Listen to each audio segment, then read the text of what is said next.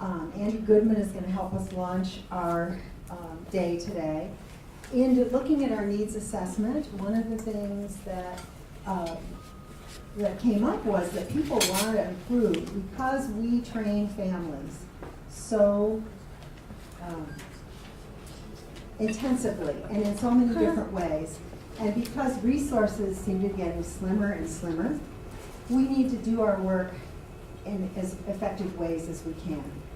So I have to tell, one of the ways I first encountered Andy Goodman is our team was meeting to plan for the year ahead, our technical assistance team. And we had written an application to the National Technology Conference, the N10 conference, and we were accepted. I don't think any of us were sure that we'd be accepted, but there hadn't been anything about disability the year before. So we said, oh, we should submit. Well, we were accepted, and then we had to prepare these materials, and it had to be using technology dynamically, and it had to be really good. We found Andy Goodman, and we used his principles in designing our presentation. And he did pretty well. Andy is a person who's a master communicator. And he does a lot of work with nonprofits. He has good ideas for good causes. He's consulted far and wide in very prominent ways.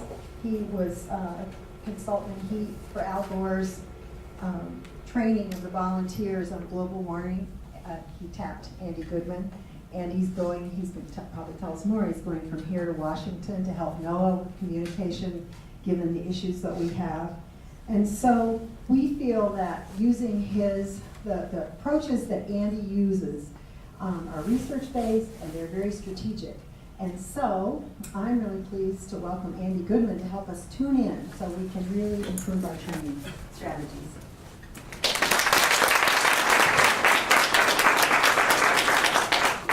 Thank you. Can everybody hear me okay in the back?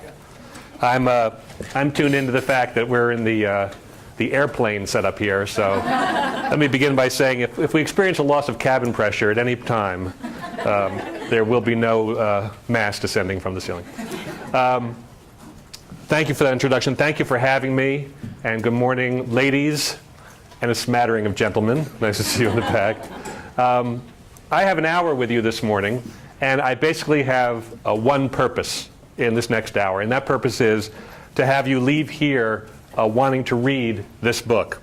And I'm not trying to sell you this book because you can download this book for free. And at the end of today, at the end of my session, I'll talk to you about how you can do it.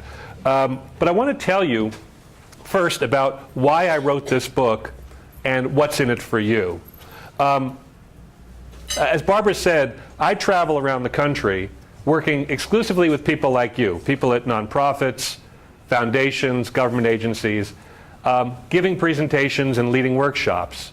So I go to a lot of hotels, a lot of conferences, a lot of places like this, and I sit in rooms waiting my turn. So I think I sit through more presentations than any person alive. And I've been doing it now for about 10 years, just in the nonprofit sector. So just, be me for a moment and imagine yourself sitting in a hotel room, watching as slide after slide comes up on the screen, day after day, week after week, month after month, year after year.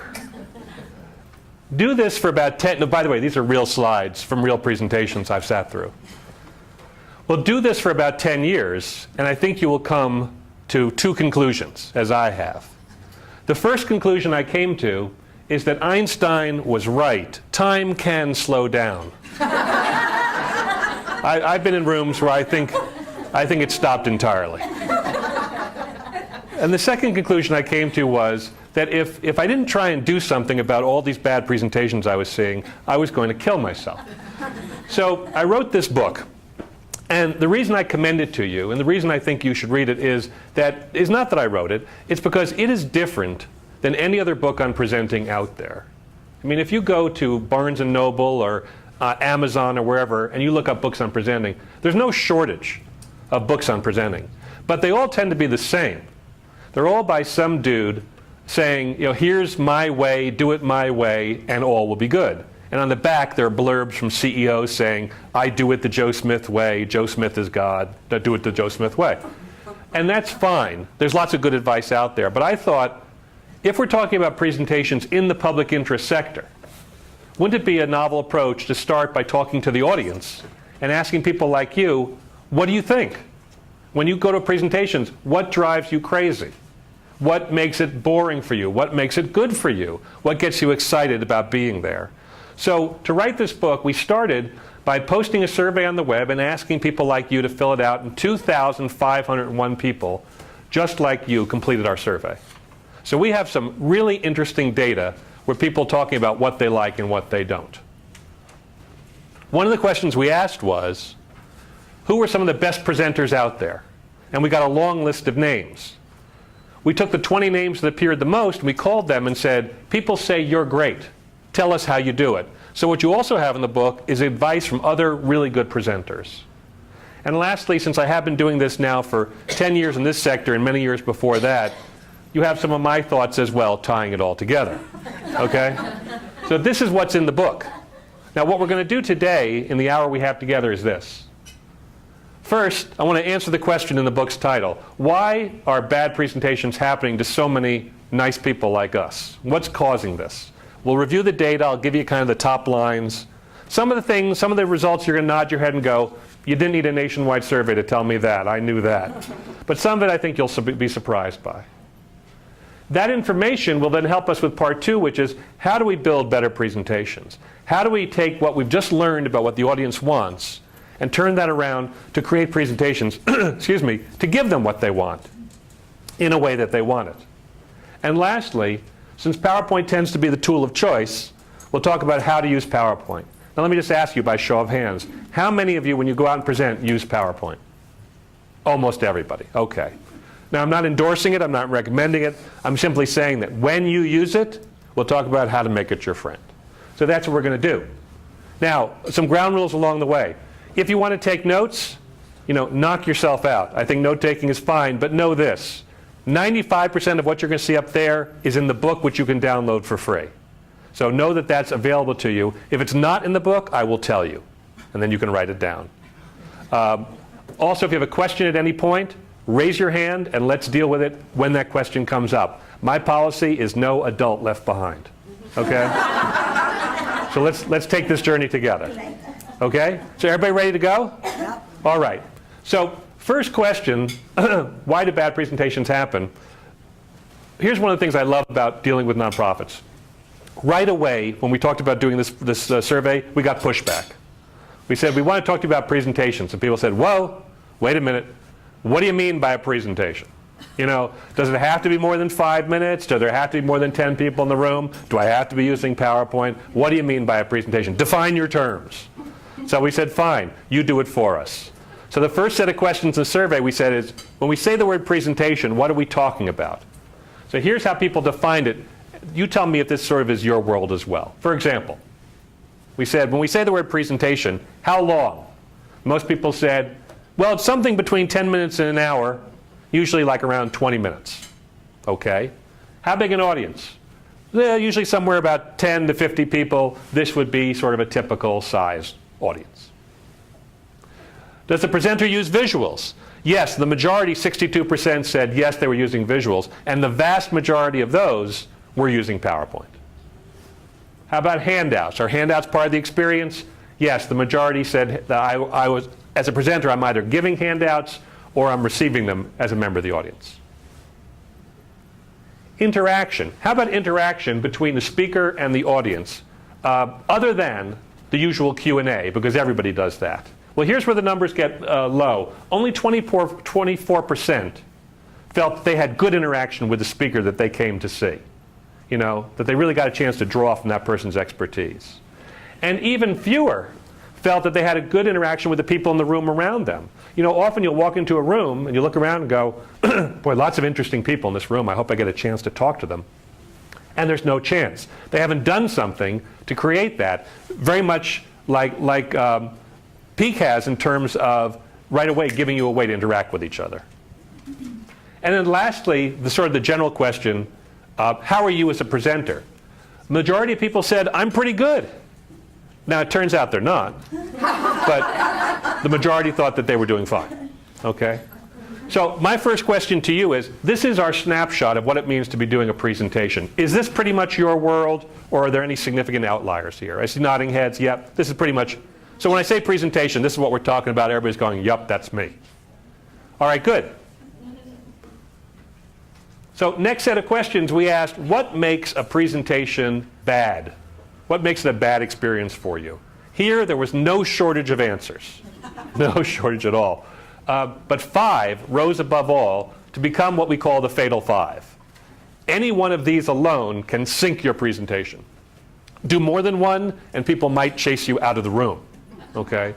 Who wants to tell me, who wants to guess what came across as the #1 complaint about presentations? Sir, all the way in the back. Reading your PowerPoint. There you go. And here's something, people never get that wrong, sadly. #1 complaint, people reading the slide to the audience. And in the survey, we came across a term we hadn't heard before called the triple play, which I hadn't heard. Have you ever heard that term, the triple play? This is the cardinal sin of presenting. It's when the presenter is, the presentation is up on the screen for you to read, he's reading it to you, and he's passed out a copy for you to have it in front of you. So you have it in 3 places. That's called the triple play. That's good in baseball, bad in presenting. Second biggest complaint, too long, too much information. People have the philosophy, the more I tell you, the more you're going to learn. It turns out often it's the opposite. And there's a very interesting study that was done in 1978 that measured this, and I'll show you what they did. They took a lecture hall full of students in medical school, sitting through your classic 1-hour professor lecture, okay? Sage on the stage, 1 hour talking nonstop, room full of students taking notes. You got the picture? Imagine that, 12 times. But what they did here was, every time the lecture ended after 1 hour, they marched the students right into an exam room and gave them a test based on the lecture they had just heard. And questions in the test were linked to moments in the lecture. So they could chart when the professor had their attention and when he started to lose them. And look at what they found. 5 minutes into the presentation, attention is increasing. Still increasing 10 minutes in. Still increasing but peaking at 15 minutes, then dropping sharply at 20 minutes, continuing to descend at 25 minutes. And after that, we're pretty much off the chart, and the students are in deep bedwetting sleep for the rest of the time. Just out cold. And interestingly, remember those top 20 presenters I mentioned? We went back to them and said, if you talk nonstop, without a break for a question or a comment or a laugh or what have you, at what point do you start to lose people? And they all said the same thing. They said it's right in here.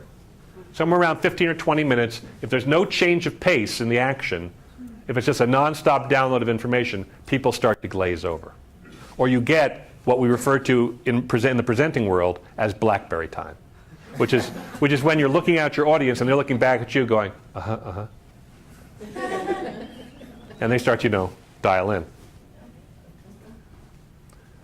Third major complaint is that people have a need to process. They have a need to engage. And if it's not met, they'll check out on you. It's sort of related to #2.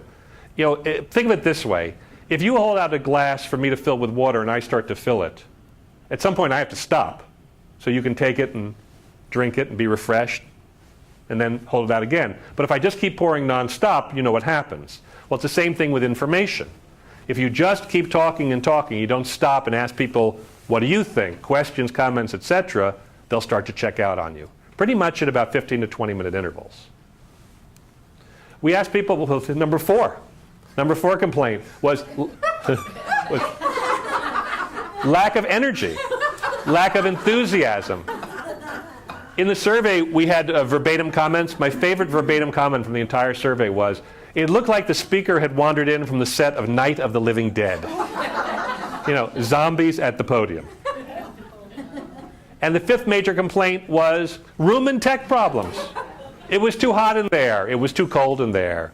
Couldn't see the screen. The microphone wasn't loud enough. They ran out of bagels before I got there.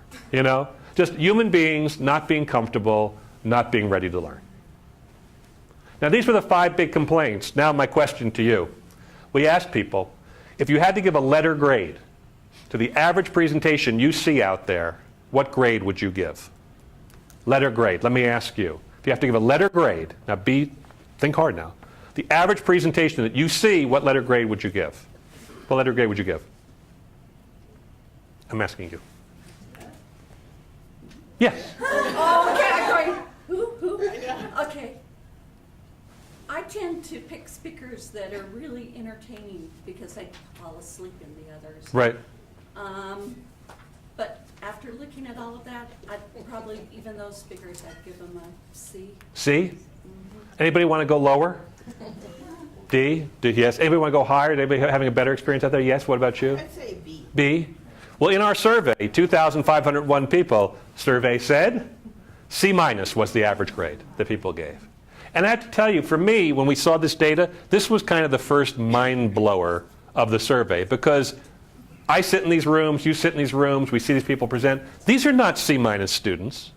These are not unintelligent people. These are policymakers, academicians, scientists, lawyers, doctors, environmentalists, people from all fields, highly educated, often with PhDs, getting up there and doing C- work. So that led to the next question, which was, why? We know what's going wrong. Why? Why are so many smart people giving so many bad presentations? Well, in our survey, we got what appears to be 3 answers. And the first is this. John Wooden, the famous UCLA basketball coach, once said, when you fail to prepare, you prepare to fail. If you don't do the work necessary, this is what comes out the other side. Here's how we found that in the survey. We asked people, do you rehearse? You're going to give a presentation. Do you have the words come out of your mouth at least once before the audience hears it? 35% rarely or never. When they get up to speak, they're hearing it for the first time too. Have you had any training? Even something just like what we're doing here today. Any training at all? This is not a natural skill. This doesn't come naturally to all people. In fact, many people dread this. So 10% have had any kind of formal training. All right, maybe you can't afford it on your own, or your organization won't pay for it. So have you done something on your own, like read a book? Looked at a magazine, a website? Only 6% had invested in formal training, in personal training. And the last question, here's kind of the payoff question. We said from the moment you're asked to give a presentation to the moment you give it, how much time do you spend? And we're not talking about pulling something off the shelf you've done before. We're talking about conceiving a new presentation, pulling together the information, shaping it, maybe coming up with the charts, the graphs, the slides, whatever you need, rehearsing, doing it. How much time? In our survey, 1 to 2 hours at most. And anecdotally, do you know where people told us that was taking place, where they were physically? Anybody want to guess? There it is, on the plane. On the plane! And if the person in front of you leans back, prep time's over. So number one is, we're just not doing the work necessary to be good at this. It's a skill and you've got to develop it. The second problem is that we're in denial. As a sector, we're just not copping to how bad it is. And here's how we learned that. We said, let's talk about presentations where we're in the good to excellent range. Let's talk about the good stuff. For example, the visuals. When you're presenting, how often would you say your visuals are good to excellent? But when you're in the audience, how often would you say the visuals you see are good to excellent? Presenter said, my visuals good to excellent about half the time. Audience said, when I'm seeing them, about 1 out of 5. So you see how this is not connect, this is kind of a disconnect? How about your handouts? My handouts, rock. Their handouts, not so much. How about interaction? Are you there for your audience? Absolutely. Presenter said, 2/3 of the time, I'm there for my audience. I'll answer questions till the last person drops dead. Over there, if I'm in the audience, not seeing it so much. How about fostering interaction among audience members? Even here, presenters were willing to admit they don't do it as often as they could. Audience members said they're seeing it hardly at all. And lastly, we said, how often would you say your entire presentation falls in the good to excellent range? The ones that you give and the ones that you see. Presenters, my entire presentation, good to excellent? Oh, about half the time. The ones I'm seeing, about 1 in 5. So again, you see kind of the disconnect here? It's like Lake Wobegon, where all the children are above average. It just doesn't make sense. Now, why we're in denial, I have a theory about this. I think that in the public interest world, when you give presentations, you're talking to rooms of people who, like you, have literally dedicated their lives to making the world a better place. These are essentially nice, altruistic people. So if you give a bad presentation to them, it's unlikely they're going to come up to you afterwards and go, hey, thanks for burning an hour of my life. They're just not going to do that.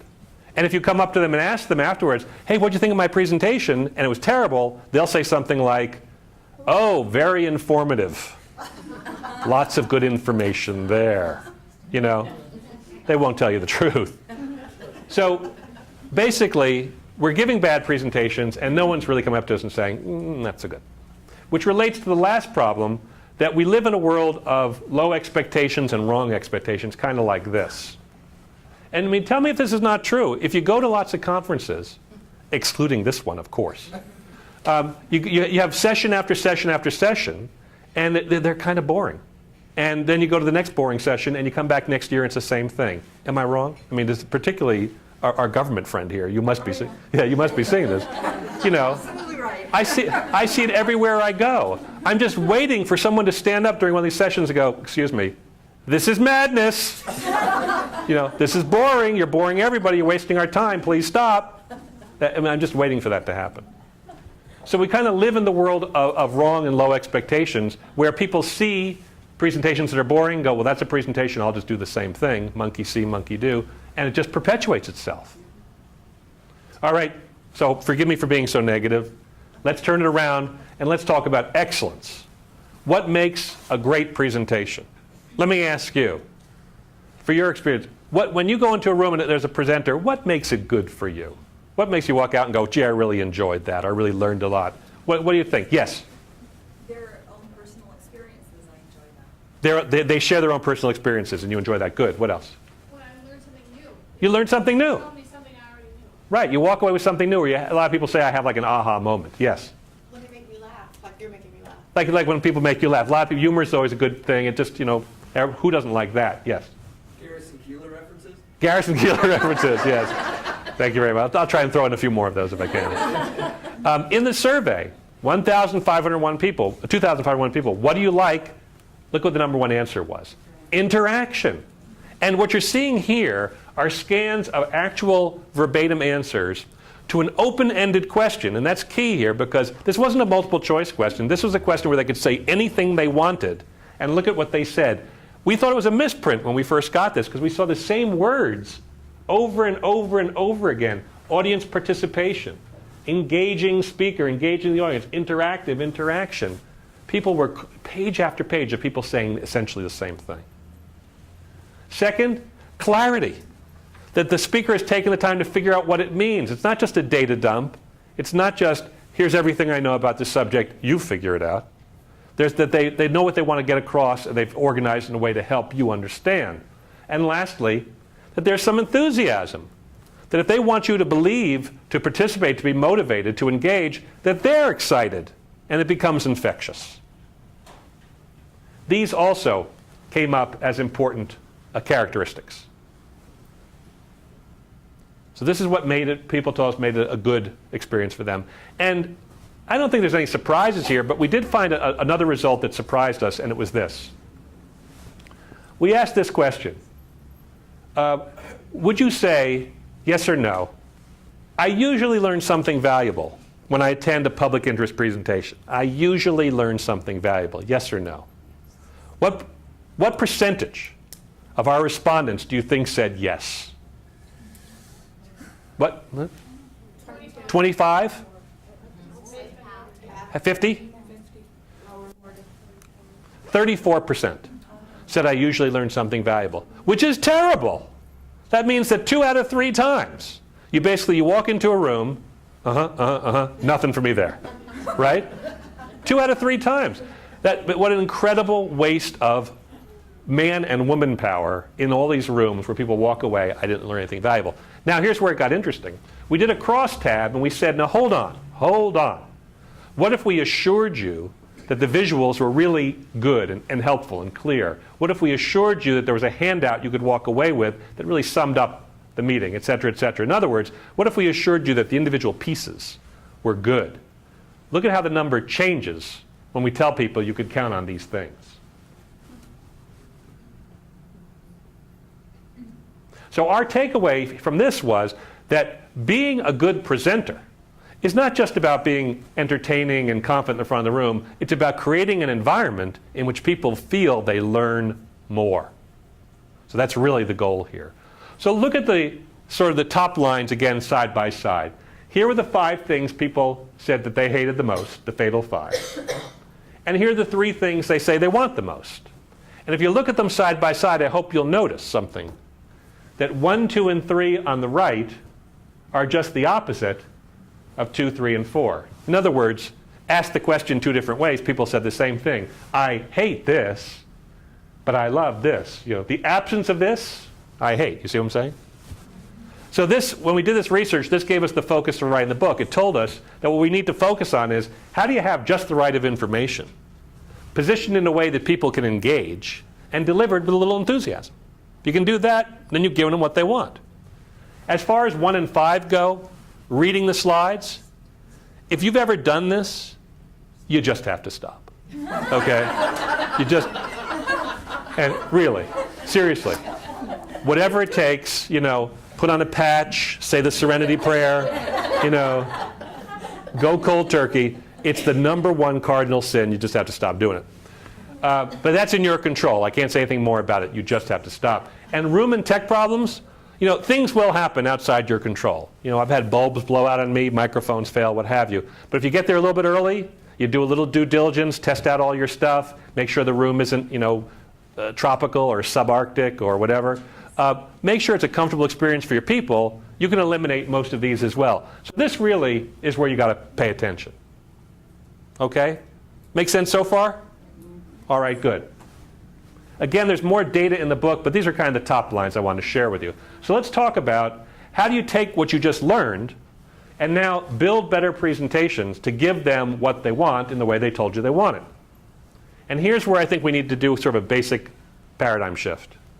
Because when you're asked to give a presentation, for most people, the first questions you tend to ask yourself tend to be the wrong questions. Okay, I've got to give a presentation. What do I want to talk about? What information do I want to share here? What slides do I have? What charts? What graphs? What information, et cetera? And it's all about me and this presentation I have to give. When instead, the first questions really should be about who? The audience, exactly. If you think about it as your presentation, I think you already got one foot in a hole. I think you want to think about it as their journey. From where they are when they walk in the room and you get them, just a second, to where that you want them to be when they walk out. Question. A lot of times I get asked to present on a topic to a group, and it's, you know, maybe the thing they asked you to present about is like a 3-hour topic, and they want you to condense that and present, do it justice in an hour. Right. But you don't really have good access to the group. Uh-huh.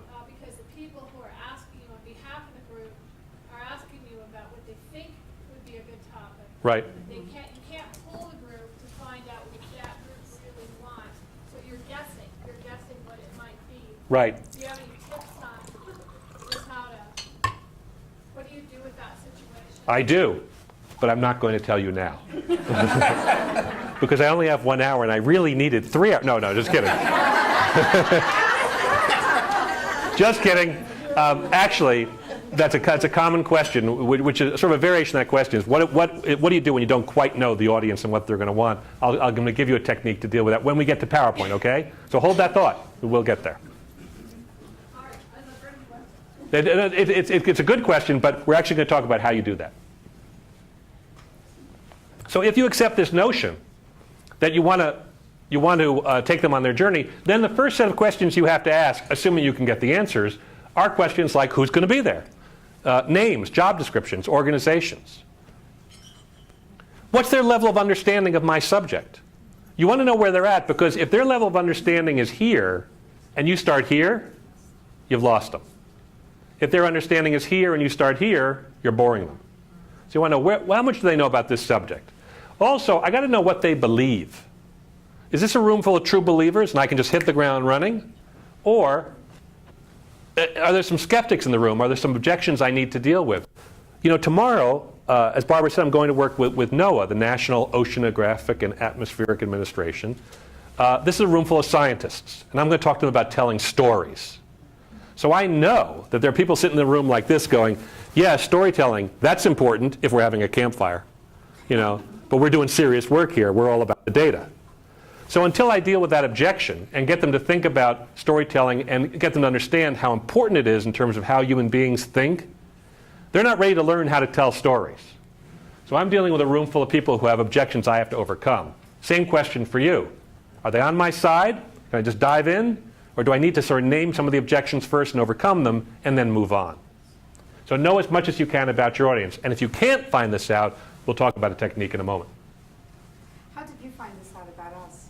About This group? How'd you go? talking to Bronwyn. Bronwyn and I had many conversations beforehand. So I want to know who's going to be there, what do they do, et cetera, et cetera. So I knew a fair amount about you before you got here. Okay? Now, once you know who's in the room and know a little bit about them, now you can sort of map their journey from A to B. And there may be, you know, a number of steps along the way. My only point here is you don't want to make it a 17-step journey or a 35-step journey. They're not going to remember all of that. So you kind of want to ask yourself, if they walked out of the room and someone grabbed them by the shoulder and say, hey, what did he just talk about in there? Whatever they're about to spout back, that should be your major points. That should be your 1, 2, 3, and 4, the Roman numerals of your outline. So ask yourself, to get them from A to B, what are the major steps along the way? Again, referring back to my storytelling workshop, at the beginning, I'll ask these 3 questions. By the end of the workshop, people can answer these. And if they can just do that, I'm happy. There's a lot more to be had, but this is the Roman numeral 1, 2, and 3 of my talk.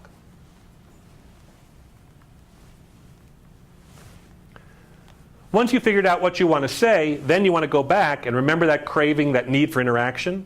Then you want to go back and ask, all right, this is just what I want to say to them, 1, 2, 3, 4. How do I build in some interaction so I can find out whether or not it's actually sticking, whether or not they're actually getting it? Simplest way to do this is just stopping and taking questions. You all know that. You know, are you with me? Ask a question. Let people ask questions as often as possible. But you've got to have some type of interaction because this is how people learn. And this is something I learned from a book called Learning in Action by David Garvin. He teaches at the Harvard Business School. He analyzed how people learn in the workplace. And I think this is important to sort of do a little sidebar here. He said that there are 3 steps to how people learn. And you have to honor those 3 steps if you really want them to learn. The first is that people acquire information. I talk, you listen, maybe write down a note. You've acquired the information. That's only step 1. Step 2 is you have to interpret it. All right, A to B model. I get that. I'm speaking to a group in a week here. Let me start to think about who they are and how I would take them from A to B. And then you actually have to do it. You have to apply. Acquire, interpret, apply. This is how people learn. So the point is that when you have a workshop or a presentation or a seminar and you want people to learn in the room, the more that you can give them those 3 steps and let them actually stop and work with it and think about it, the better chance they're actually going to learn. Now, there are lots of ways to do this. I want to share with you one of my favorites. Doug Randall of the consulting firm Monitor teaches people how to do strategic plans. Has anybody here ever been through a strategic planning process? Let me ask you a question. In terms of pain, waterboarding? Strategic planning? Close, it's close. It can be very painful. One of the challenges with strategic planning is that you're asking people to think long term, to see the big picture, and you get people in the room who just like, they can't get over the fact that people are leaving dishes in the sink, you know? It's like, they're just fixated on the particulars. So Doug wants to sort of demonstrate that, and he does an exercise to get people involved with this concept of thinking big picture. And I want to do it now. And you've actually just had a taste for it with that colored card exercise. I need to shift the video here. And by the way, if you've seen this before, and I'm sure some of you have, please bear with me. This is the exercise with the passing of the basketballs.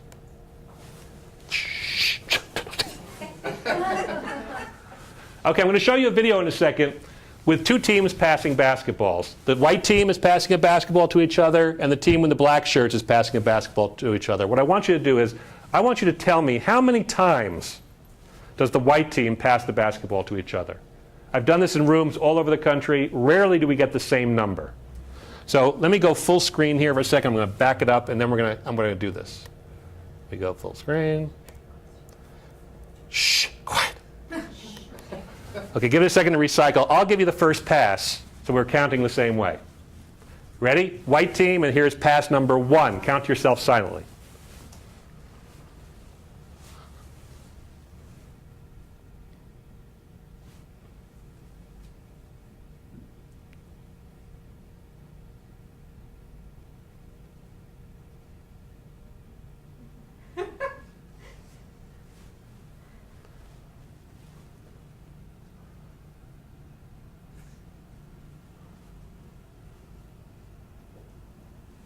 Okay.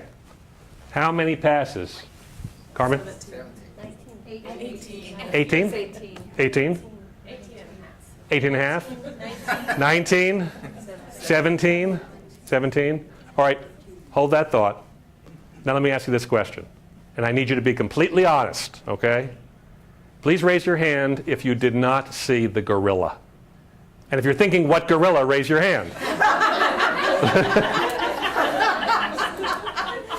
There was a gorilla in the middle of it, yeah. Let's watch it again. This time, don't count, don't do anything. Now, I will admit, if a little gorilla, a little tiny gorilla, ran across the bottom of the screen, I would understand you're missing it because it's little, it's fast. Clearly, it's understandable. On the other hand,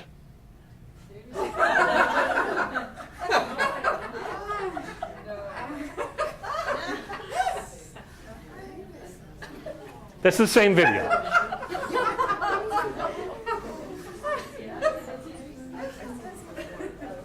And fully half of you did not see the gorilla, is that correct?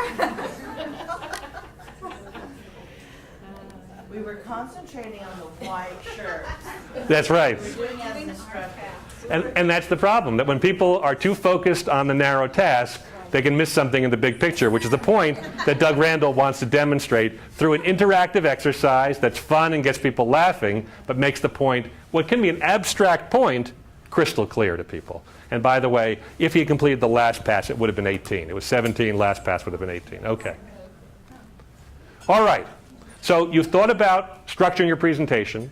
You've thought about how to make it interactive. Now you can go back and focus your attention on making two parts of it really strong, where attention tends to be very high, and that's your opening and your closing. Your opening, you all know this. When people walk into a room, this is human nature. Even if they've lived a lifetime of bad presentations, as I feel I have, when you sit down and that person starts to speak, you are still essentially filled with hope. You're just sitting there just thinking, yeah, maybe this is going to be a good one, right? Right? Maybe. And you're willing to give that person all of 30 seconds to 2 minutes to prove to you that they're worth your attention, right? So knowing that people will give you that break for the first 2 minutes, you've got to start strong. You want to take advantage of all that hope and that window. So you might want to start by telling a story. Sometimes a story will crystallize what you're talking about in a very human, very emotional way. It's a great way to connect with people. You might want to start by asking a question. Immediately get them to engage. One way I've started this presentation is to ask people, if you have to think back to the last really bad presentation you saw, how far back do you have to go? A month, a week, a day, you're in it now, whatever, right? You might use social math. Have you heard that term before, social math? Some of you have. For those of you who haven't, it's basically the notion of taking a number, but putting it in a context that makes people relate. For example, if I said to you, let's say we're talking about gun control, and I said, do you realize that there are 83,000 places in America today where you can buy guns? You might nod your head and go, that's a big number. But if I said to you, think of it this way. Every time you drive past a McDonald's, Imagine instead it was 3 gun shops. There are 3 times as many places to buy guns as there are McDonald's franchises in the United States. That's social math. That gets a reaction.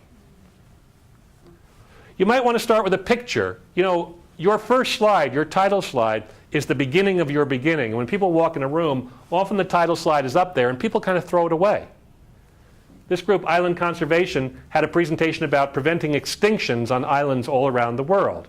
Now, inside their presentation was a much more powerful picture, but this is what was on the slide as people walked in the room. You know, it's okay. No one's going to walk in that room and see that and run out of the room screaming. But much more powerful if you have this beautiful little picture of this bird, you know, hovering over its baby. Similarly, if if you're the Peak Parent Center, this is not an actual, I just made this up. But if you're a Peak Parent Center, I just made it up. And this is your slide. Again, no one's going to walk in the room and go, oh my God, and run out of the room screaming. But imagine it instead if you have a high impact picture. And right away you walk in the room and you've started the conversation.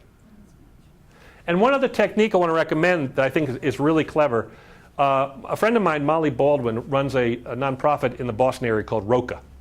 She works with adolescents, mostly teens, who are really having trouble adjusting the community. These are mostly children of immigrant families who have arrived in Boston, sort of been thrown into the neighborhood and said, you know, become an American. Not easy. So when she talks, she doesn't put up a title slide, she puts up a quote on the screen. And this is what's in the room when people walk in.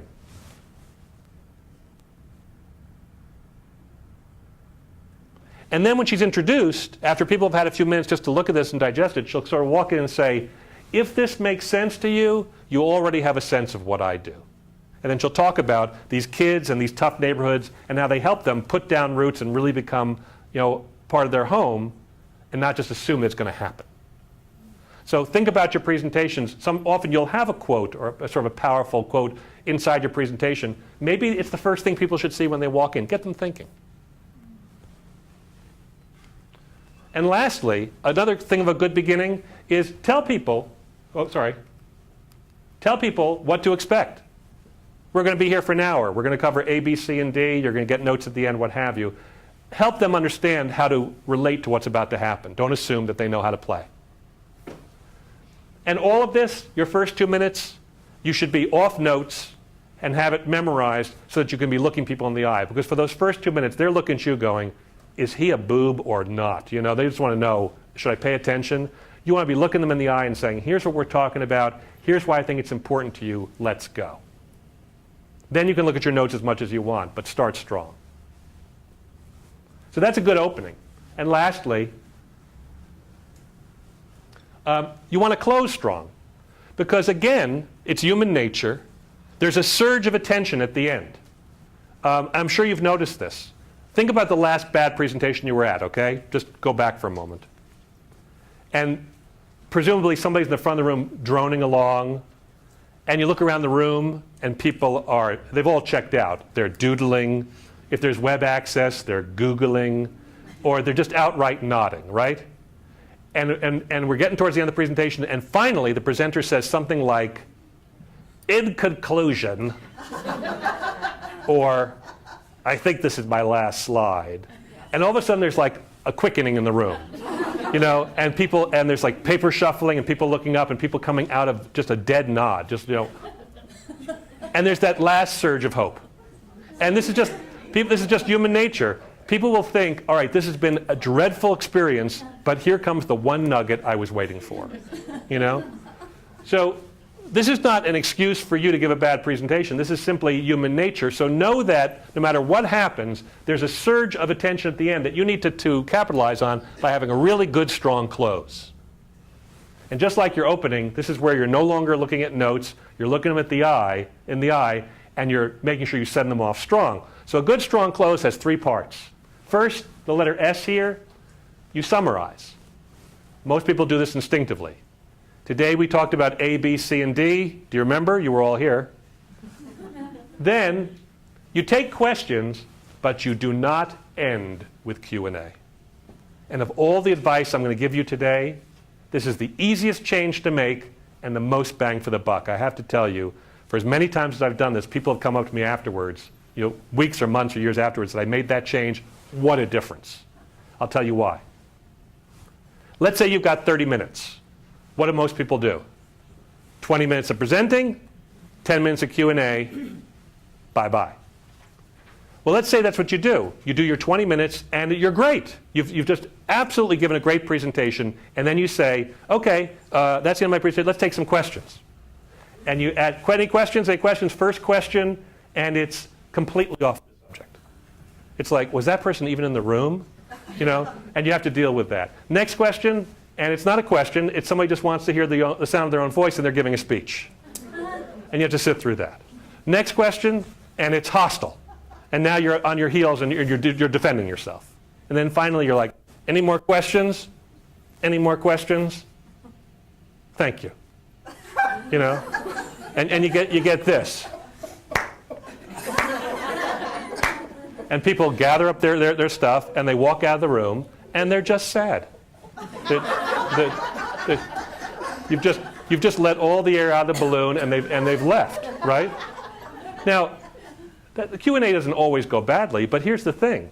You don't want people walking out of the room where the last thing in their ears is some random question, right?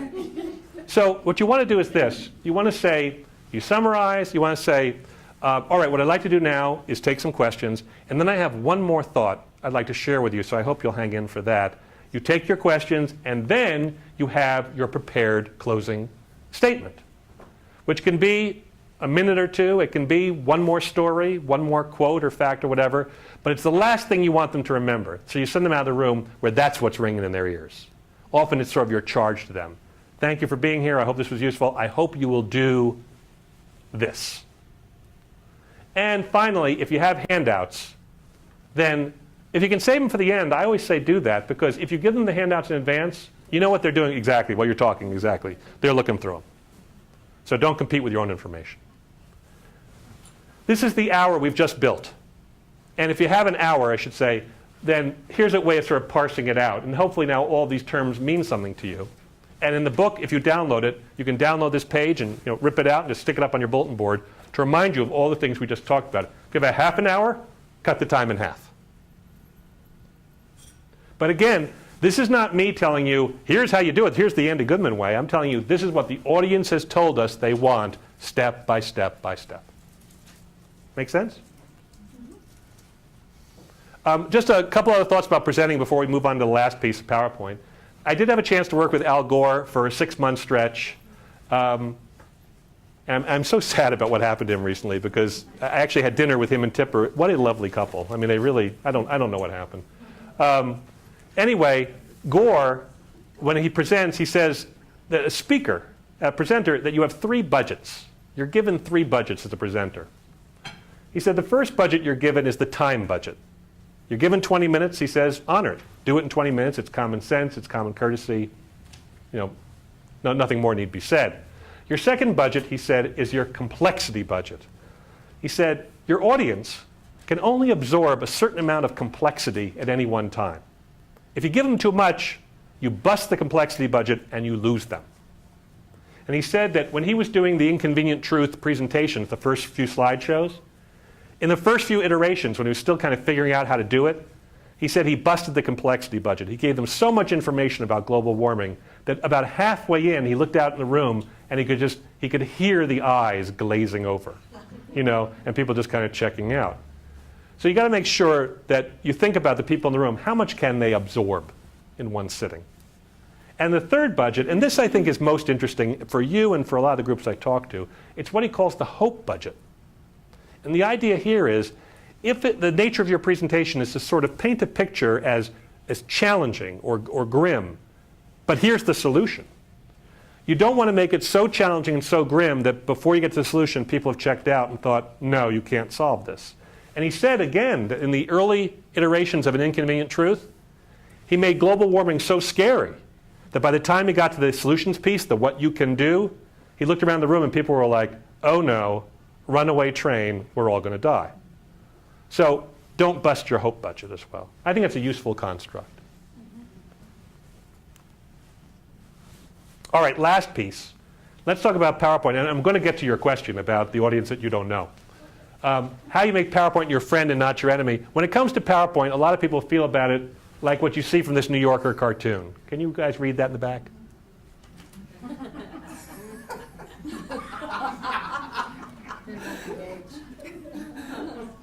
Some people think it's torture. Some organizations have banned it entirely. I feel about PowerPoint the way psychologists talk about misbehaving children. You know, they'll say, he's not a bad boy, he just does bad things. You know? It's not bad software, it's not evil, but it has spit out so many bad presentations that we tend to condemn it and sort of toss out the baby with the bathwater. So I think PowerPoint can be your friend if you observe a few principles. And here's number one. If you create a PowerPoint presentation and say, it is my presentation up on the screen and it is also going to be my handout, you're already in trouble. It cannot serve both masters. Here are actual presentations that appeared on the screens. This is an actual slide. Yeah. This, as a handout, this works fine. You know, 8 inches from your nose, you can read this. Up on the screen, you can't read those numbers. And yet it was up on the screen. This is a handout. Again, you might be able to read it, but it's an overwhelming amount of information. And Peek, I do have to pick on you for a second. I think this is from one of your webinars.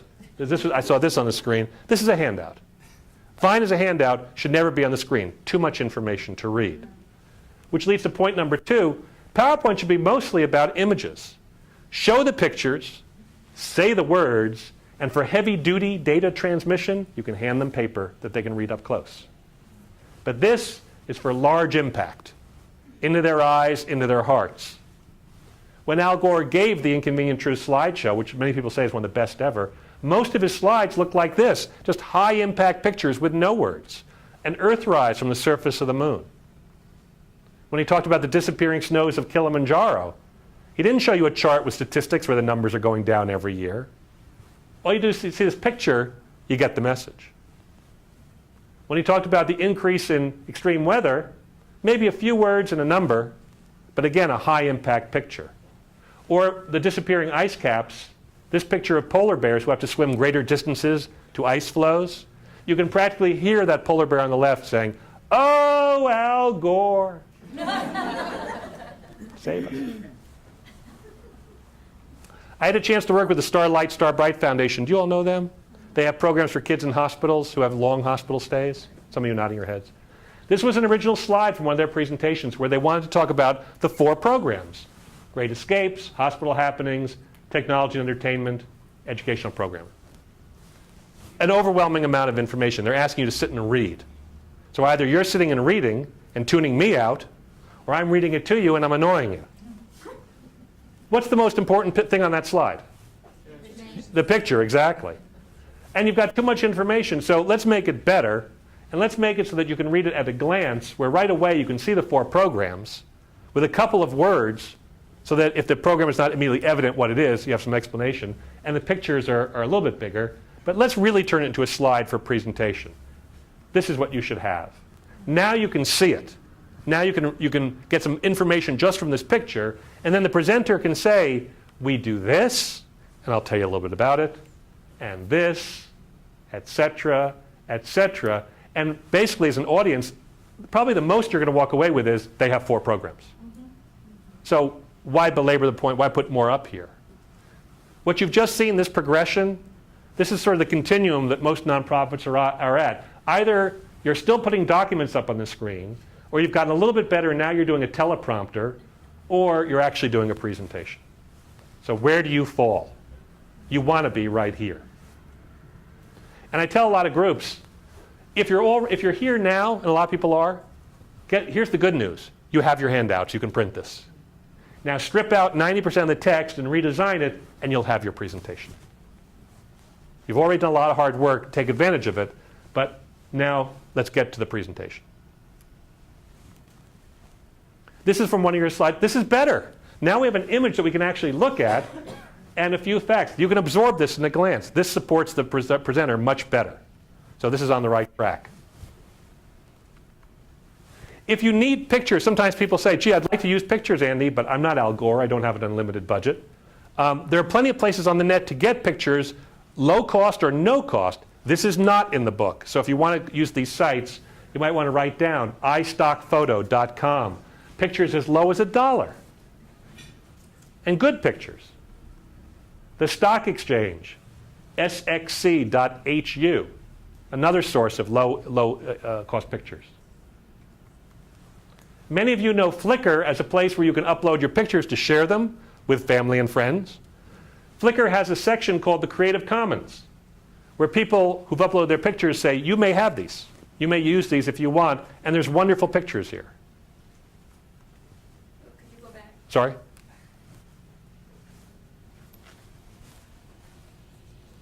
That's compfight.com.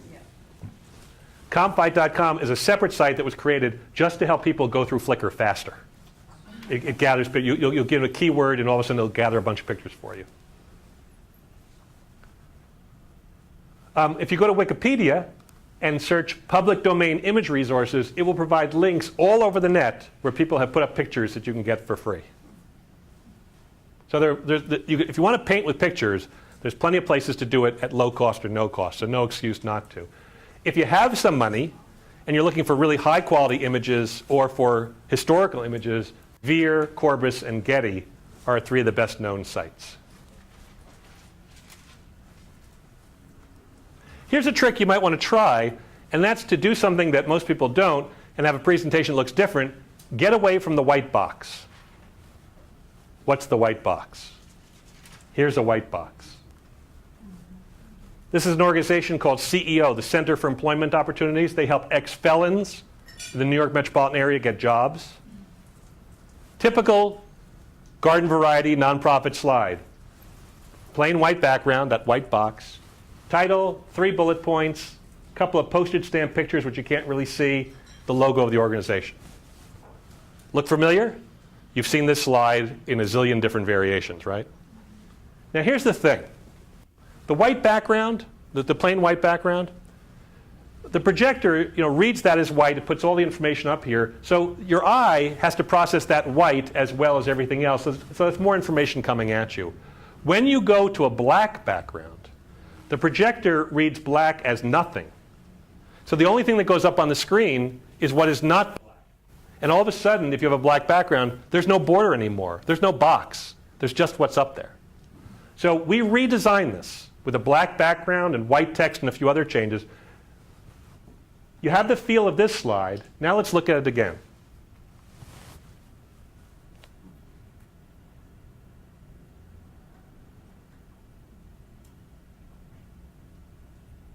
See, with the black background, you see the picture, you see the 3 bits of text, and that's all.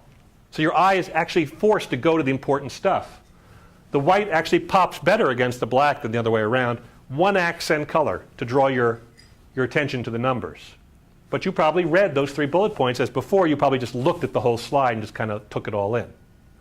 So the black background is an interesting technique. Animation. Oh my God. PowerPoint and its sister Keynote in Apple offers you 50 different ways to animate text and objects. And I'm sure you've seen the presentation that uses all 50. Where stuff's like bouncing in and dropping. Most of it's eye candy, most of it's just distracting, but animation can serve 2 purposes and make your presentation better. First, it can control the flow of information. If I have a bar graph to show you like this, and I'm up here talking about this bar graph, and I talk to you about these top results right here, what are you doing? You're looking at everything else.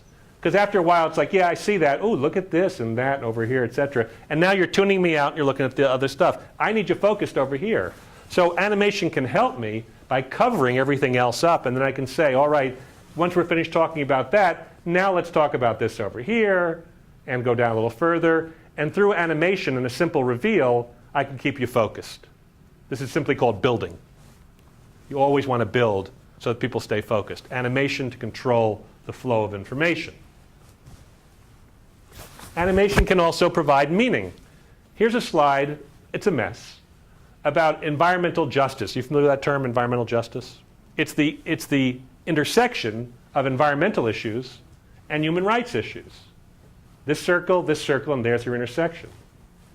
So they want to show these things intersecting, right? It cries out for an animation, but it also has, they've listed all the environmental issues, they've listed all the human rights issues, it's just kind of a mess. So why say it and have all this text, why not just show it? What is environmental justice?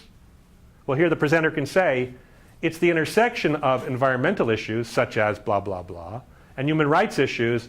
That's EJ, that's environmental justice, and here is a classic example with a gold mine. We've simplified the slide, we've introduced some animation to add to the meaning. Not for eye candy, it actually serves a purpose. Here's another example. An environmental group talking about how glaciers are melting all around the world. Here's the Andes Mountains in 1928, and here they are nearly 80 years later. Look at the difference with this glacial plain. Used to be all the way there, now you see all the water. Pretty dramatic difference.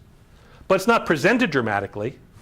We said to them, what if you took this image and put it right on top and did a dissolve?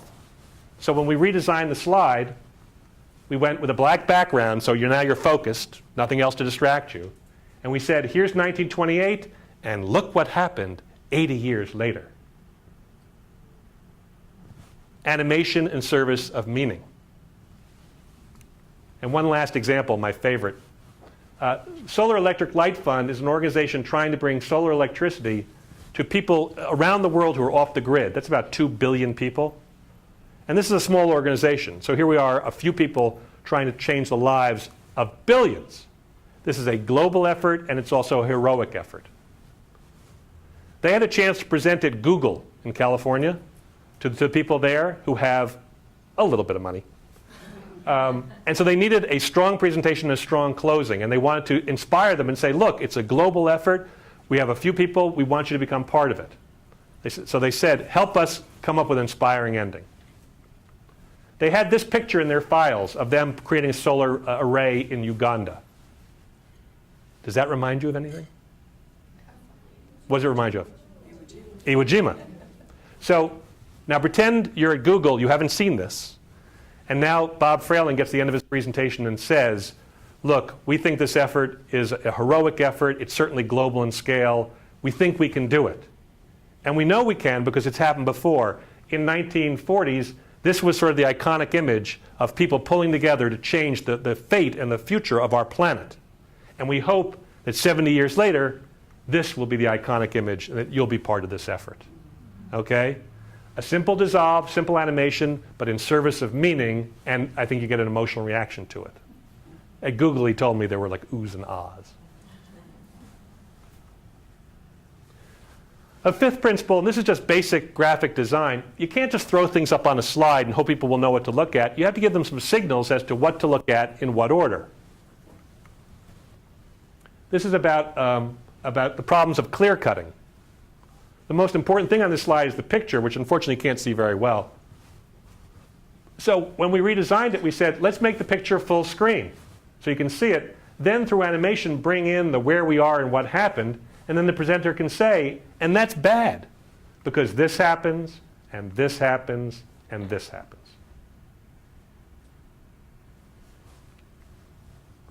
Here's a map of the world. The legend is almost as big as the entire world. Plus, they're using one of those PowerPoint templates that has these elements over here, which I can only refer to affectionately as the butt cheeks, poking into the slide. All they do is eat up space. Isn't that better? Now you can see it. I think templates I think templates doom you. People say, well, then we should have a template, right? But the problem with templates is that they also tend to eat up space. This organization, OJC, and I can't remember what that stands for, they want you to see this web page right here. But they have a template that eats up so much of every slide, the green and the blue here, et cetera, that they once they list the 7 services, there's like no room left for the web page for you to look at. Well, you can respect the design principles, the blue color, the green color, et cetera. I mean, isn't that better? Again, here's where they were, but here's where they could be. I'm okay with consistent design, just don't limit yourself. Look at these 4 slides.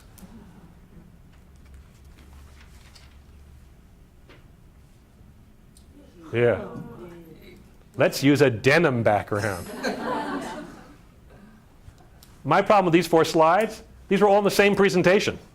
This is one presentation. So again, I'm not for templates, but I am for design consistency. You know, so it should all look like it's all part of one presentation. Lastly, the basic design of your presentation can also say things besides what the slides themselves say. Again, ROCA, that organization that works with teens, here are the 4 values they try to instill in their kids: belonging, generosity, competence, and independence. This is central to what they do, a very important part of the presentation. They show those 2 pictures.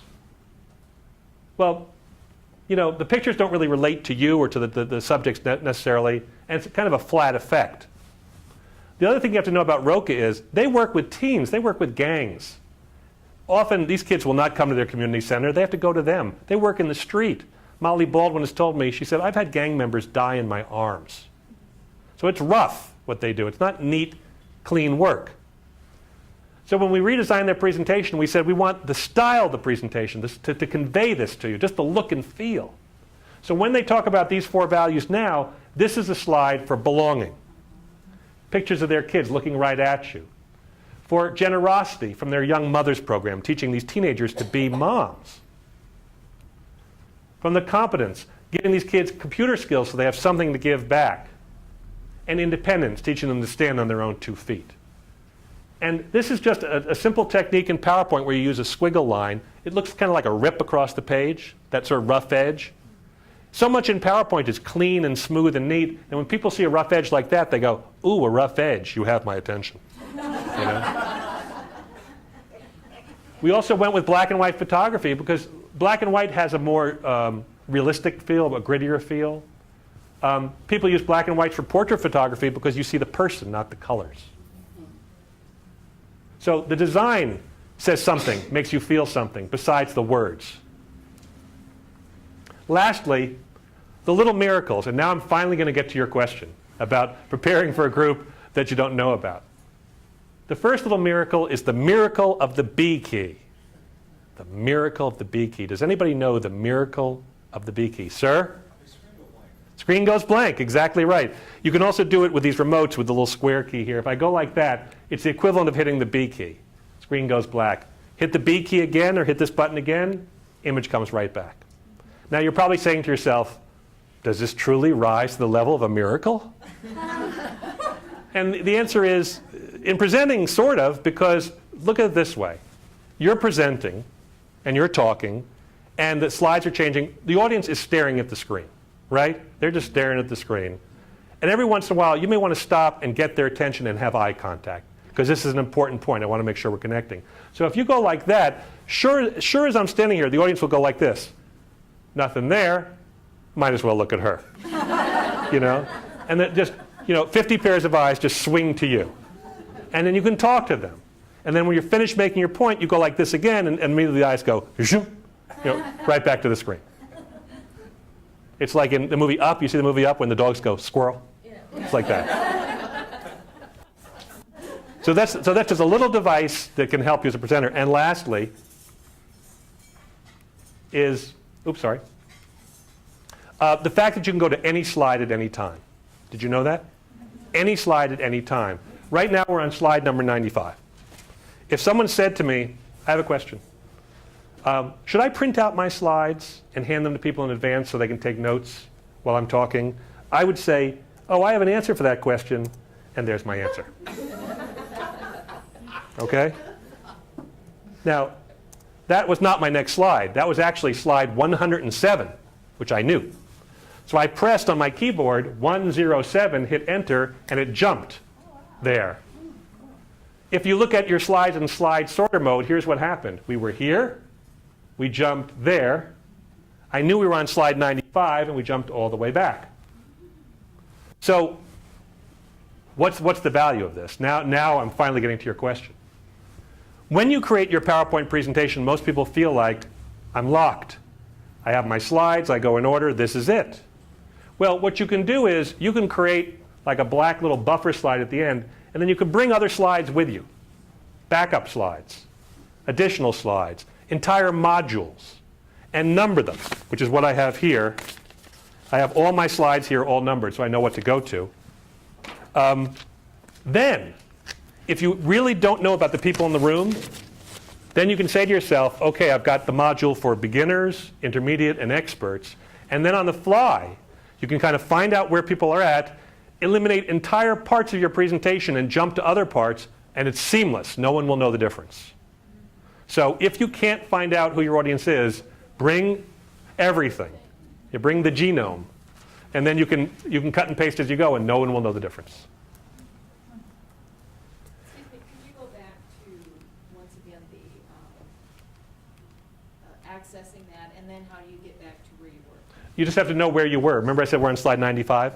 So I hit 107, I jumped to the end, and I went to the no slide. And then knowing I was on slide 95, I just hit 95, enter, and just jump back. So you have to have the numbers of your slides in front of you. That's one thing you have to create. And you just hit the number, you didn't hit enter. No, you do hit enter. Oh, you did? Number Okay. 95, enter. 107, enter, et cetera, et cetera. We got to know those things. Yeah, absolutely. And the funny thing is, it's like I can't find those in any of the manuals. It's like, why isn't that there? You know? If you want to go deeper in the subject, I urge you to download my book. But here's some other books I recommend, just on speaking, just on being a good speaker. Peggy Noonan's On Speaking Well. Lillian Wilder's Fearless Speaking, particularly if you get nervous.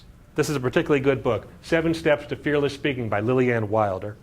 And Max Atkinson's Lend Me Your Ears. These are all very good books about the art of speaking. And in terms of building your presentation, Gar Reynolds has a book called Presentation Zen, which I think is a nice approach to presenting. We have a lot of the same ideas in common. He just published a new one called Presentation Zen Design, which is just about design. I like this book a lot. Nancy Duarte wrote a book called Slideology. She's the woman who actually created Al Gore's presentation for An Inconvenient Truth. So a lot of her good advice is in here. Cliff Atkinson wrote a book called Beyond Bullet Points, which is how to create presentations without a single bullet point in it. What a refreshing change. He also has a new book called The Back Channel. You know, with Twitter now, people now tweet during your presentation. Sometimes they're tweeting about your presentation. Some people use that to take questions. Some people find out afterwards where they were doing good or they weren't. This is a new phenomenon. You may run into this. This is a book all about how to deal with the back channel, people who are talking about you on Twitter. At this point, I want to take questions and comments, and then I have a closing thought that I hope you'll stay for. So. We're a little bit over time here, so do we go right into the next session? What's the plan?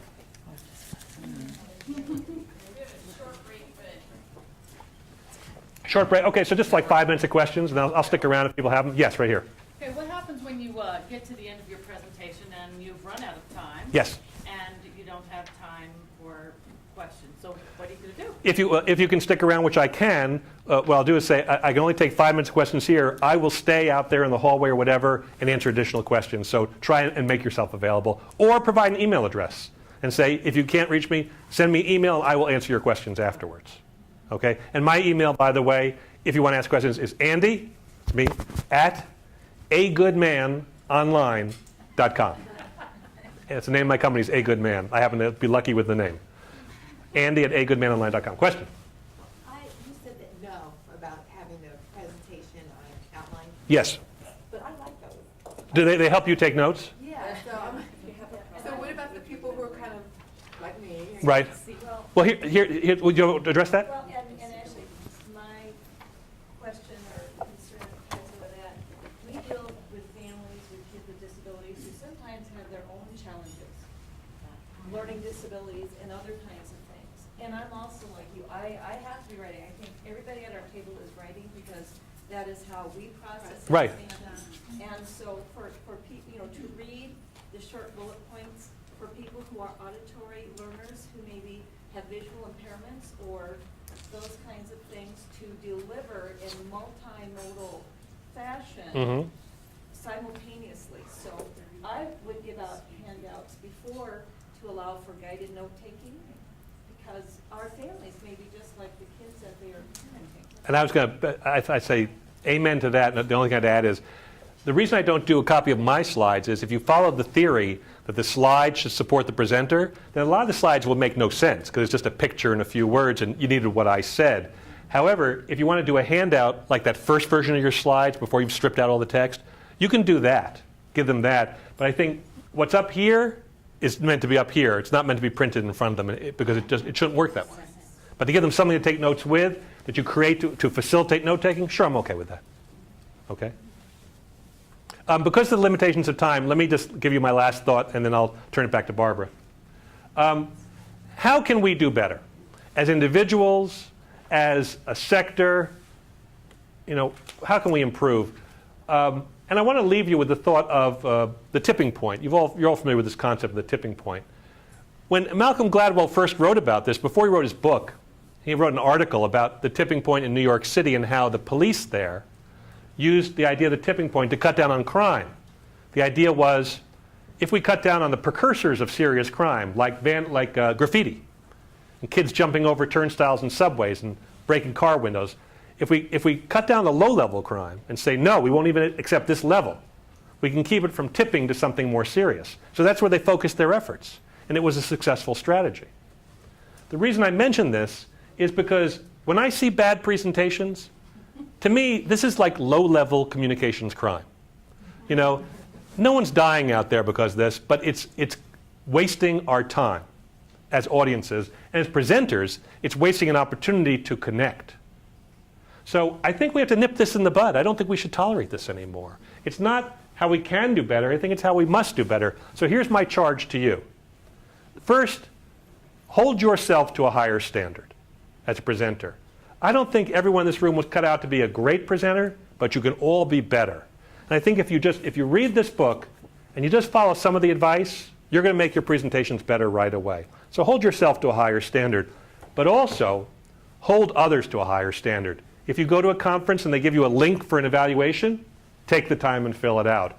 Paper evaluation, take the time and fill it out. No evaluation, corner one of the sponsors and say, you know what? That wasn't the best use of our time, and we really need to use our time. We don't have much. So hold others to a higher standard as well. I think if you do those two things, if you join me and all the other groups I've worked with together, I truly believe that we can end boredom in our lifetime. Thank you very much for your time and your attention. And best of luck. Thank you.